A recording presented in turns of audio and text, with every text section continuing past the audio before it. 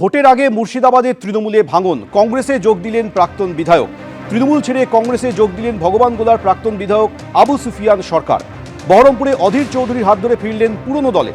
1996 থেকে 2001 পর্যন্ত কংগ্রেসের প্রতীকে ভগবানগোলার বিধায়ক ছিলেন আবু সুফিয়ান সরকার। প্রায় 15 বছর পর আবার নিজের পুরনো দলে ফিরলেন আবু সুফিয়ান সরকার।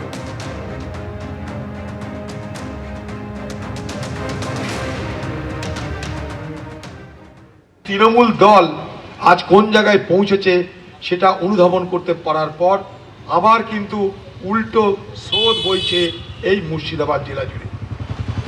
নির্বাচনের আগে তাই আবু সুফিয়ান সাহেবকে তৃণমূল দল ছেড়ে কংগ্রেস দলে যোগদান করতে আমরা দেখছি। এটার মধ্যে দিয়ে বার্তা স্পষ্ট যে যারা একদিন কংগ্রেস ছেড়ে তৃণমূল দলে গেছিলেন আজকে তাদের মোহভঙ্গ হচ্ছে। তারা বুঝতে পারছে করতে গেলাম এক, হলো আর এক। ভেবেছিলাম ভালো কাজ করব, কিন্তু ভালো কাজ করবার জন্য যে বাতাবরণ দরকার, যে ব্যবস্থা দরকার, যে পার্টি দরকার, তৃণমূল তা নয়। সম্পূর্ণ উল্টো তৃণমূল একটা চোরের দলে রূপান্তরিত হচ্ছে আজকে এই পশ্চিমবঙ্গে। তাই তাদের এই মোহভঙ্গের পরিণামে তারা আমাদের দলে যোগদান করছে, আমরা খুব খুশি হই। আরো একবার শোনাবো শুভেন্দু অধিকারী ঠিক কি অভিযোগ করেছেন। এই তথাকথিত বাবরি মসজিদের শিলান্যাসের আগে, নতুন দল গঠনের আগে 7 দিন বাংলাদেশে কাটিয়েছেন হুমায়ুন কবির। হুমায়ুন কবির বাবরি মসজিদের যে অর্থ সংগ্রহ করেছেন থ্রু আমাদের স্টেট ব্যাংক অফ ইন্ডিয়ার ব্যাংকের রেতে, তার 50% বেশি অর্থ বাংলাদেশ থেকে এসেছে। হুমায়ুন কবির তার বাবরি মসজিদ তৈরি করার আগে এবং তার যে দল গঠন করার আগে 7 দিন বাংলাদেশে থেকে এসেছেন। হুমায়ুন কবিরই বলতে পারবে। এবং হুমায়ুন কবির বাংলাদেশের জামাত, মমতা ব্যানার্জি সেতু। হুমায়ুন কবিরের প্রস্তাবিত বাবরি মসজিদ নিয়ে চাঞ্চল্যকর অভিযোগ করেছেন বিরোধী দলনেতা শুভেন্দু অধিকারী। এই মুহূর্তে আমাদের সঙ্গে রয়েছেন হুমায়ুন কবির। হুমায়ুন সাহেব, শুভেন্দু অধিকারী অভিযোগ করে বলছেন যে বাবরি মসজিদের জন্য 50% বেশি টাকা বাংলাদেশ থেকে এসেছে। নতুন দল গঠনের আগে আপনি 7 দিন বাংলাদেশে ছিলেন। তৃণমূল এবং জামাতের মধ্যে আপনি যোগসূত্র, এটা দাবি করছেন শুভেন্দু অধিকারী।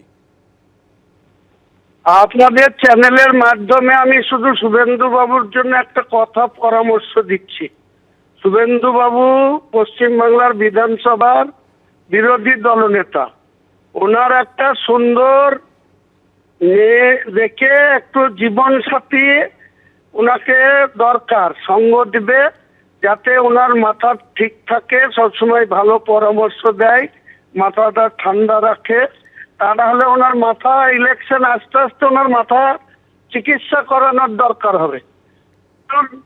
যদি উনি 1 টাকা বাংলাদেশ থেকে আনার প্রমাণ দিতে পারেন তাহলে উনি যা বলবেন আমি সেটাই শুনবো। আর তা নাহলে আপনাদের চ্যানেলের মাধ্যমে লিডার অফ দ্য অপোজিশন একজন জীবন সঙ্গী খুঁজে নেন। তা নাহলে ওনার ভোট আসতে আসতে হয়তো মাথার আর কোনো ঠিক থাকবে না, আবল তাবল বলবে। সেই আবল তাবল কথার তো কোনো উত্তর হয় না। উনি এখন 2020 সালে 19 ডিসেম্বর তৃণমূল ছেড়ে বিজেপিতে গিয়েছিলেন, স্বপ্ন দেখেছিলেন মুখ্যমন্ত্রী হবেন। তো সেটা 77-তে গিয়ে আটকে গিয়েছিল। এখন বুঝতে পারছেন যে আবার হুমায়ুন কবির নামক এক ব্যক্তি আমাকে আবার 77-তেও না পৌঁছাতে দিতে পারে। তাই ওনার মানে মাথার টাথার ঠিক নাই। কাজেই ওনাকে একটা ভালো সঙ্গী দরকার ওনার, যাতে উনি সবসময় তিনার পরামর্শ বা তিনি ওনার শুশ্রূষা করবেন। হুমায়ুন সাহেব, শুভেন্দু অধিকারী এটাও দাবি করছেন যে নতুন দল গঠনের আগে আপনি 7 দিন বাংলাদেশে ছিলেন। আপনি কি বাংলাদেশ গিয়েছিলেন? 7 দিন না, আমি 12 দিন ছিলাম। 28 সেপ্টেম্বর 2025 থেকে 10 অক্টোবর 2025, 12 দিন ছিলাম। তাতে কি হয়েছে? আমি আমার আত্মীয়দের বাড়িতে বেড়াতে গিয়েছিলাম। ওনাদের বিদেশ মন্ত্রক আছে, ওনাদের ভারতবর্ষের ইন্টেলিজেন্স ডিপার্টমেন্ট আছে, ওনাদের আইবি আছে, ওনাদের সিবিআই আছে, ওনাদের ইডি আছে। তদন্ত করেন না, আমার বিরুদ্ধে তদন্ত করান, করে যদি কিছু প্রমাণ করতে পারে তাহলে এর ওর ঘরের ইডি পাঠাচ্ছে, সিবিআই পাঠাচ্ছে, তো আমার বাড়িতেও পাঠাবেন, দিয়ে খুঁজে দেখে নেবেন যে কোথাও কিছু পাওয়া যায় কিনা। ওখানে ঢাকাতে যে 12 দিন ছিলাম, কার কার বাড়ি গেছিলাম, ওনাদের জয়শঙ্কর বাবু যদি মনে করে, বিদেশ সচিব যদি মনে করে বাংলাদেশের বর্তমান যে সরকার শপথ নিল, এই সরকারের সঙ্গে যোগাযোগ করে আমার বিরুদ্ধে তো 28শে সেপ্টেম্বর বিকেল 5টায় আমি ঢাকা বিমানবন্দরে নেমেছিলাম।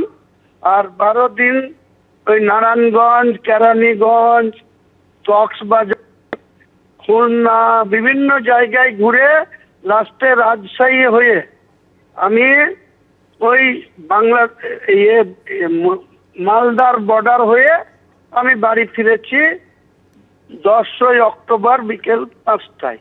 তো ওনাকে তদন্ত করে নিতে বললেন, ওনার তথ্য জানা নাই, তথ্যগুলো আপনাদের দিয়ে দিলাম, ডেট, তারিখ, কবে কোথায় ছিলাম ওখানে পাঠাতে বলুন, দিয়ে তদন্ত করে দেখে যদি হুমায়ুন কবিরের কোনো কারোর সাথে যোগ সাজস পাই বা যদি কারোর সাথে ফান্ডিং নিয়ে এসে থাকি, ওনাদের হাতেই তো সর্বক্ষমতা, ভারতবর্ষের গদি চালাচ্ছেন ওনারা।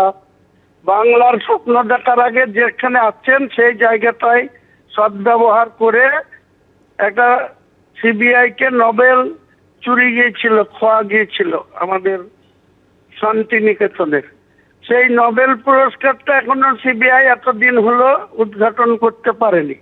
আর যে সমস্ত তদন্তে আছে, কাউকে তিহার জেলে পাঠিয়ে, কাউকে ভুবনেশ্বর জেলে পাঠিয়ে, কাউকে ওই আরো কলকাতার প্রেসিডেন্সি জেলে পাঠিয়ে, তারপরে তো আজ পর্যন্ত তাদের কি হলো, কি তদন্ত হলো বাংলার মানুষ সেটাও জানতে চাইবে।